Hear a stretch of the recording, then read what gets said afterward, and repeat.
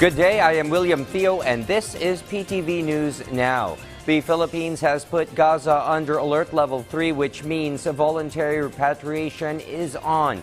This was confirmed by the Department of Foreign Affairs Under Secretary Eduardo de Vega following the ongoing conflict in Israel. Currently, there are 137 Filipinos in Gaza. According to DFA Secretary Enrique Manalo, the government is already discussing what steps to take for the Filipinos in Gaza. About 70 Filipinos in Gaza have previously expressed desire to return to the Philippines. The problem is Gaza is under blockade. The DFA plans to use diplomatic measures to talk to Israeli and Egyptian officials at the border so that the Filipinos can go home. Meanwhile, on the Gaza Strip, early morning smoke rises after another Israeli airstrike.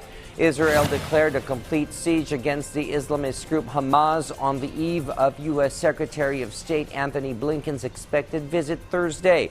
Washington underscores support for the Jewish state in a war that has seen the death toll spiral into thousands. Israeli strikes continue to hit the Palestinian enclave after Hamas's unprecedented assault on southern Israel.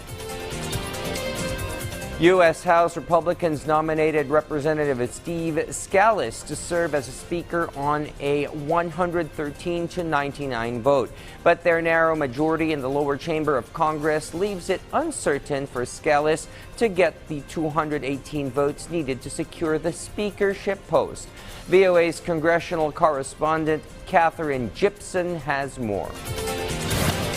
Conservative Republican Matt Gaetz, who forced the historic removal of House Speaker Kevin McCarthy last week, now hailing Republicans' new choice to lead the U.S. House of Representatives. Long live Speaker Scalise. In a closed-door meeting Wednesday, House Republicans voted to advance Republican Steve Scalise over conservative Republican Jim Jordan to a full vote on the floor of the House of Representatives. We see how dangerous of a world it is and how things can change so quickly. We need to make sure we're sending a message to people all throughout the world that the House is open and doing the people's business. Until the House elects a new speaker, the U.S. Congress is unable to pass legislation, including key aid to Israel and to Ukraine. The American people can't afford it. We need a speaker in the chair. We're in dangerous times right now. We're in 3 major global conflicts, potentially, and we cannot afford to not have a speaker in the chair. But that full vote was delayed until Thursday as Scalise worked to win the 217 votes needed for election. He can afford to lose only 4 Republican votes, assuming that all Democrats vote against him, as is normal. At least a handful of House Republicans still say they will not vote for Scalise.